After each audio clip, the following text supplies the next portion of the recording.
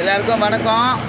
இங்கே பாருங்கள், நம்ம வந்து இப்போ தலைமுடி வந்து நல்லா வளர்கிறதுக்கு, அடர்த்தியாக வளர்கிறதுக்கும், நல்லா நீண்டமாக வளர்கிறதுக்கும், முடி கொட்டாமல் இருக்கிறதுக்கும் நம்ம வந்து எண்ணெய் காய்ச்சிரும்.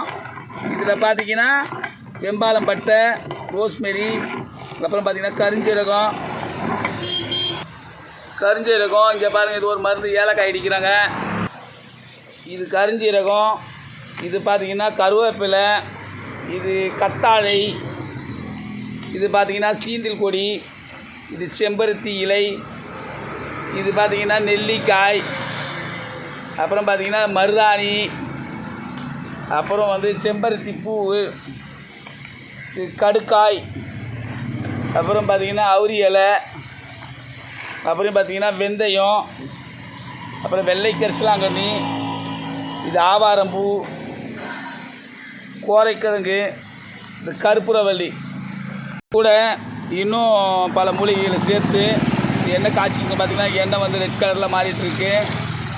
இதில் வந்து பார்த்திங்கன்னா ஆலிவ் ஆயிலும் கொடுத்துருக்கோம், நல்லெண்ணெய், சுத்தமான செக்கு நல்லெண்ணெய், தேங்காய் எண்ணெய், அப்புறம் ஆமணக்கு எண்ணெய், முத்துக்கொட்டை எண்ணெய் சொல்லுவாங்க, விளக்கெண்ணென்ட்டு அது, அப்புறம் ஆலிவ் ஆயில், அப்புறம் கருஞ்சீரக எண்ணெய், பொடியாக போட்டாலும் கொஞ்சம் எண்ணெய் ஊற்றிருக்கோம்.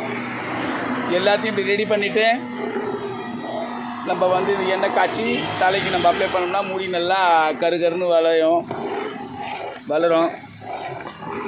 எல்லோரும் இந்த மாதிரி எண்ணெய் காய்ச்சி பயன்படுத்திங்க.